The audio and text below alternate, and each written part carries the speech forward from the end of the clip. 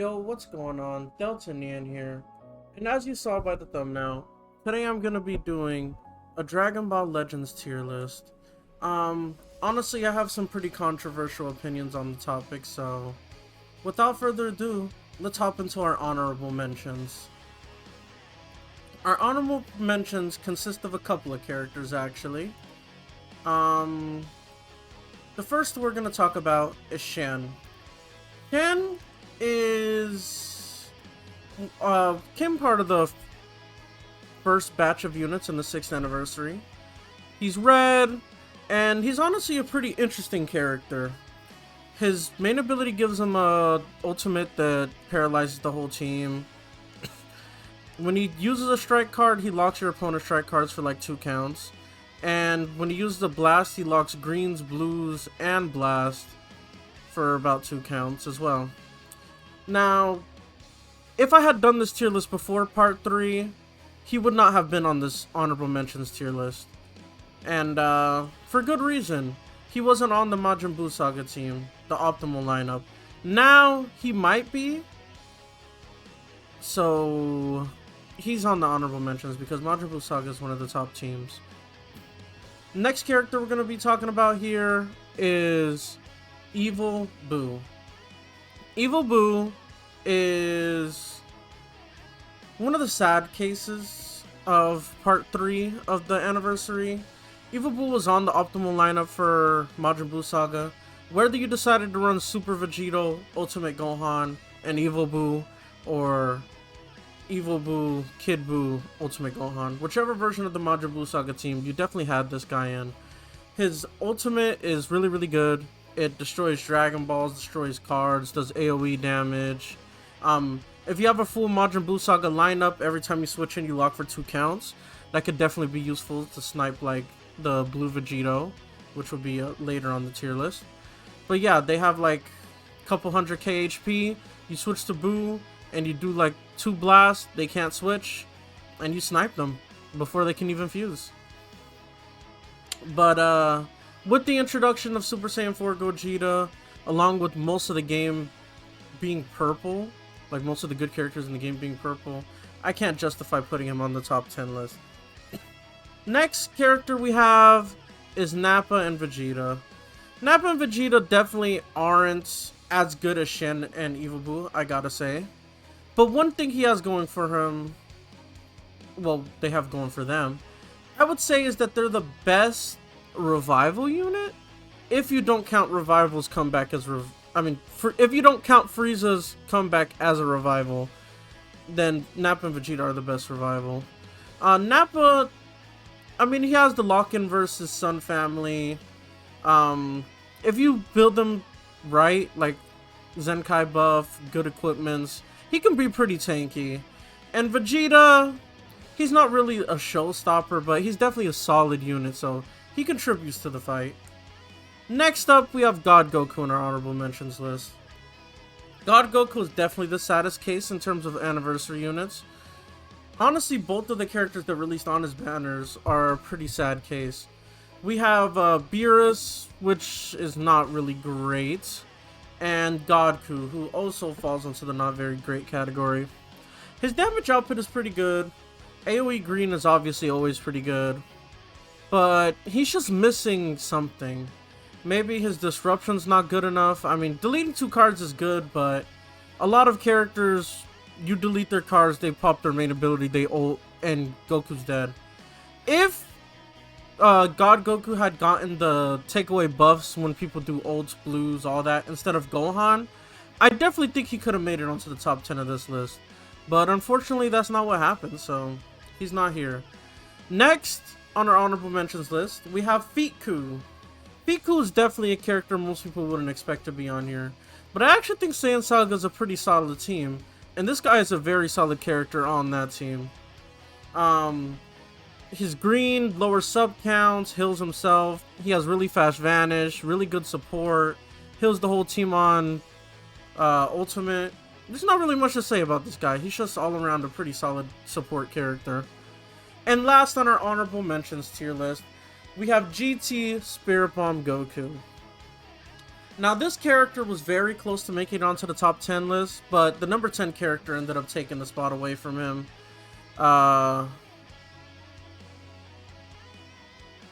Yeah, it's not really how I would have wanted to do it, but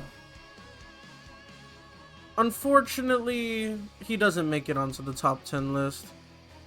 He's definitely a solid character, don't get me wrong, but he's missing some stuff, right? Like, his tankage, at the beginning of the year, he was probably the strongest tank in the game. I think he was out at the beginning of the year. I think he was like the January release, I don't remember. But yeah, at the beginning of the year, he was like the strongest tank, impenetrable defense, one of the only good cards versus Super 17's Onslaught. Nowadays, Gogeta can kill him in like 2-3 cards.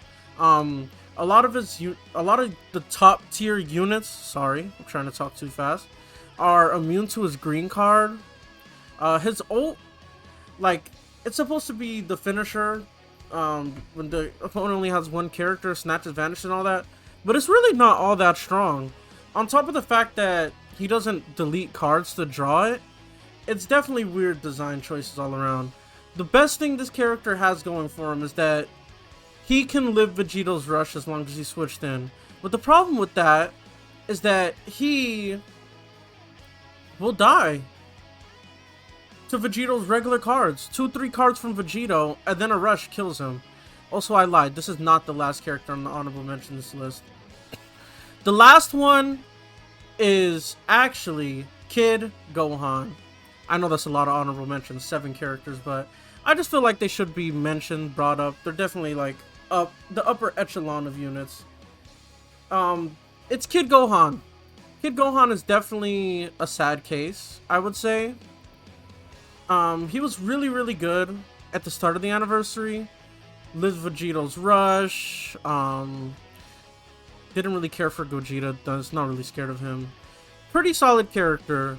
Then part 2 came out, Ultimate Gohan. He had a good teammate. I mean, he's fighting for his spot versus Ultra Gohan, but honestly, Green Purple wasn't the worst at the beginning of the anniversary.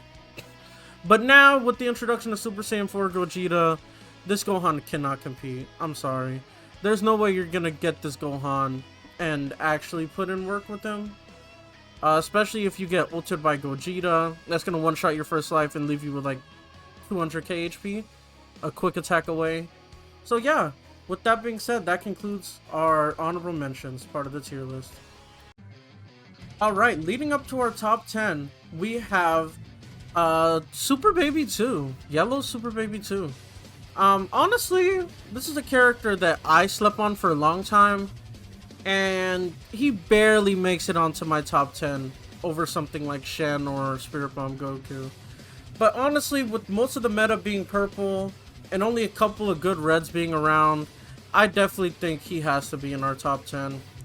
The unique gauge filling up after 3 cards, stealing vanishes, destroying cards, the obscure hand with the blue card, and the overall damage Baby can provide is pretty insane, and it's pretty needed in the meta with like 4 purples that are really, really good right now. And honestly, his tankage is not great, except versus those purple units, but it's livable. He'll eat those 3 cards, go to like half health, heal up like to like 80%, and then be able to do some pretty good damage.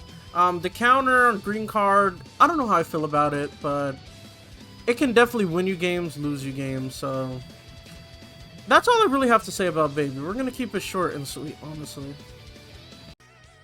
Alright, making it up to number 10 on our tier list, we have Blue Sparking Legends Limited Kid Buu.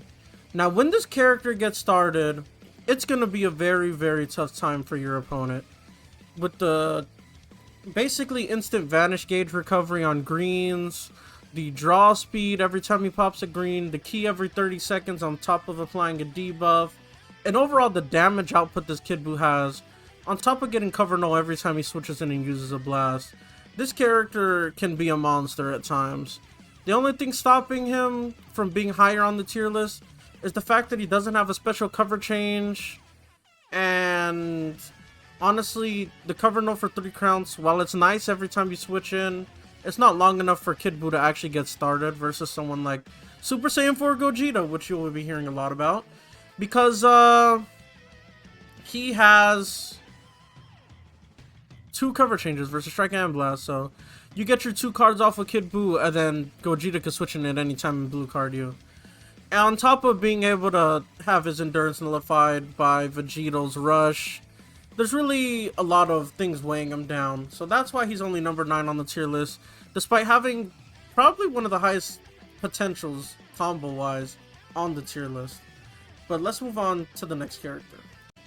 Coming up at number, 8 on our tier list is Ultra Gohan. Ultra Super Saiyan 2 Gohan. Now, a lot of people may be shocked with this placement, but honestly, this is not really going over characters' kits. It's going over more than just their kits. The meta, the relevant characters, the teams, all that comes into account when I'm making these tier lists. And honestly, Ultra Gohan, despite being very, very good, cannot compete in a meta where there's so many purples that are good. On top of Vegeta just being able to rush him and delete him from the game, and Hybrid Saiyan not really being in the best spot right now. Sun Fam's pretty good, but I don't even know if you would want to use this Gohan on Sun Family, crazily enough. So yeah, that definitely puts a damper on this Gohan. But everyone knows what this guy does. He holds the armor break cards, AoE green card that locks in, endurance, draws an old last man standing, counter gauge. You know about this Gohan. I'm not really going to waste my time talking about him. In fact, that's all I have to say about this Gohan. Get the fuck out of our game. Alright, coming up at number 7 on our tier list, we have Yellow Ultra Goku. Ultra Goku, despite being yellow, is not really that high on our tier list. I know that may come as a shocker, but this character is definitely really, really good. But a couple of things hold this guy back. Number 1 of which being, what is it? His damage output is not really insane. Like, these purple characters don't really care about his damage. Ultimate Gohan can't be sniped because he'll just live with endurance. Uncancelable. Ultra Frieza, he'll die, but then he'll counterattack you, take most of your health. And Gogeta, he falls below half health, he becomes type neutral defensively. And he has the gauge, so he's not really scared of your ultimate. He could just wait to activate that until after the gauge. Does that make sense? Like, he'll let you do the 3 cards, and then he'll switch to activate your thing, and then it's like, do you want to ult into his gauge? Not really. So, despite being yellow and having sniping potential, the purples that are really good in the game right now don't really care. On top of UI Goku's teams really not being the best, reps of Universe, whatever Universe reps, is non-existent. Sun Family is good, but there's probably a better yellow on there, which we'll talk about later. And that's pretty much his only 2 teams. I mean, you could run God Key, but God Key has another yellow you'd probably want to run. It's like 50-50, like, this guy has the unique gauge, the dodge, he has the lock-in, he draws a lot of greens. But, we'll just say his name. Gogeta's probably better. Which is not something I would have been saying before part 3, but I would definitely say it holds true now, so sorry Goku, you're a number 7 on our tier list. Alright, next up on our tier list, coming up at number 6, we have Ultra Frieza. In terms of character kits, this guy might honestly be 1 or 2. He's like right up there with the upper echelon of characters. The main thing holding Frieza back is his teams. This guy is on like pretty much no good teams, I gotta be honest. And that actually plays a big deal in Legends. As good as a character can be, you're not one-man arming most things. I mean, you can, but Frieza's not going to be your guy to do it. But the comeback mechanic is insane, his combo output is insane, Vanish Gauge recovery is insane, ultimate hits really hard. The main thing holding this Frieza back is teams. LOE does not exist. Powerful opponents, while good, is missing something. It's like missing a third character, I'd say, because Zamasu's pretty good. This Frieza's pretty good. But who else are you running? Kid Buu? No. Jiren? Not really. Green Broly? No. It's like you're missing that third unit to really make powerful opponent pop and make this Frieza shoot up on our tier list. So yeah, that's enough about Frieza. I'm gonna keep it pretty short because most of you guys know how good and annoying this character is. Alright, the next character on our tier list.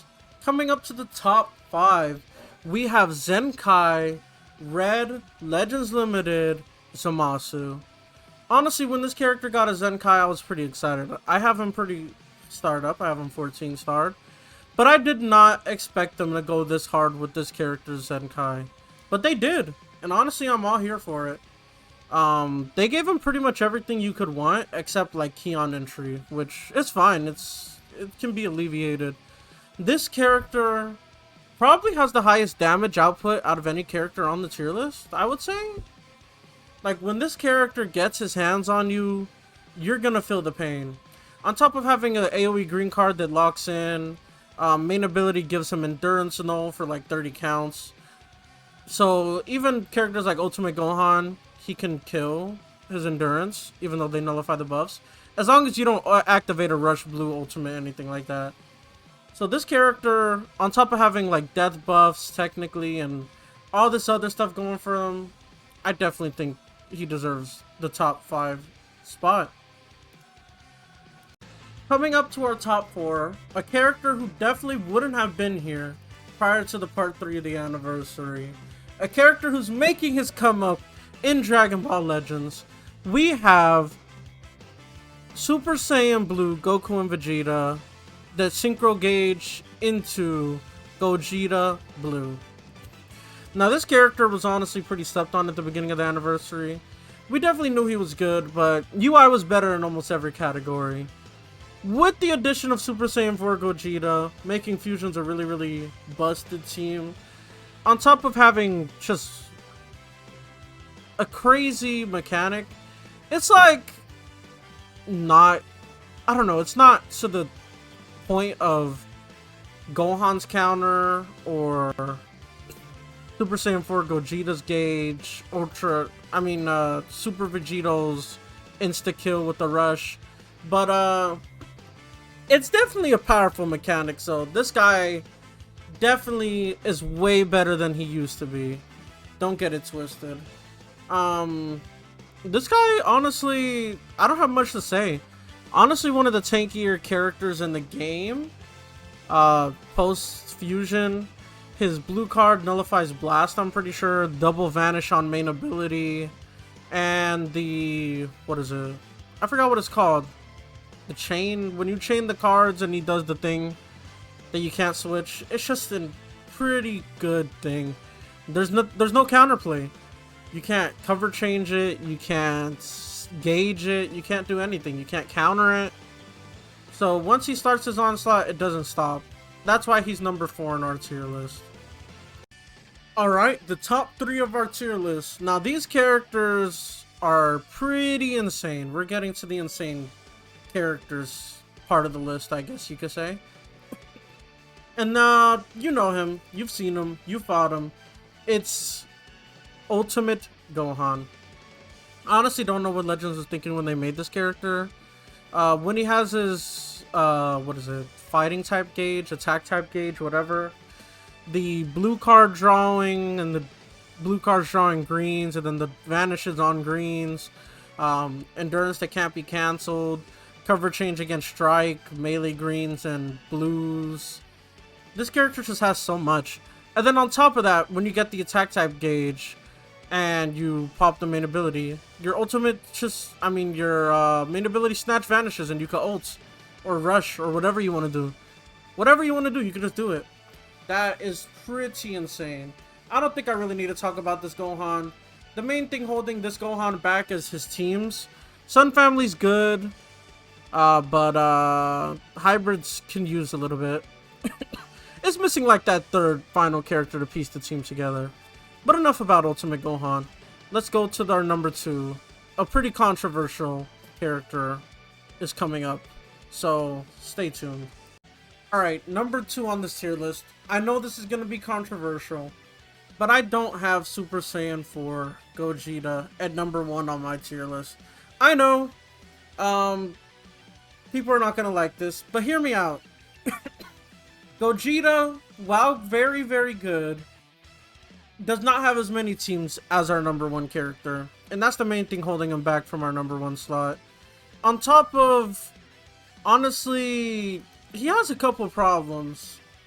I think defensively, while good, is not great. This character takes damage, and that's kind of a problem. Because characters like Super Saiyan Blue Gogeta can honestly one-combo this character surprisingly efficiently. I know he has like the hills with the gauge and the 50% heal when he falls below whatever. But sometimes it's just not enough. This character takes damage like a lot. Now obviously there's a lot of strong parts to this kit, so I think in terms of kit he's number 1, but the character above him just has so many teams, so little flaws, and has like probably the most broken mechanic in the game in my opinion. Like the counters are cute, but mainly they just get someone off of you. The number 1 character just kills you. That's it. There's no if and buts, he kills you. There's a couple characters that can ignore it, but they're still losing their first life, losing the endurance, you know. He stops them. So yeah, Super Saiyan 4 Gogeta is number 2. I'm sorry. Don't hate me, please. Don't be mad, please. And here we have our number 1 spot on the tier list. Don't hate me. I know people are not going to agree, but this is my opinion.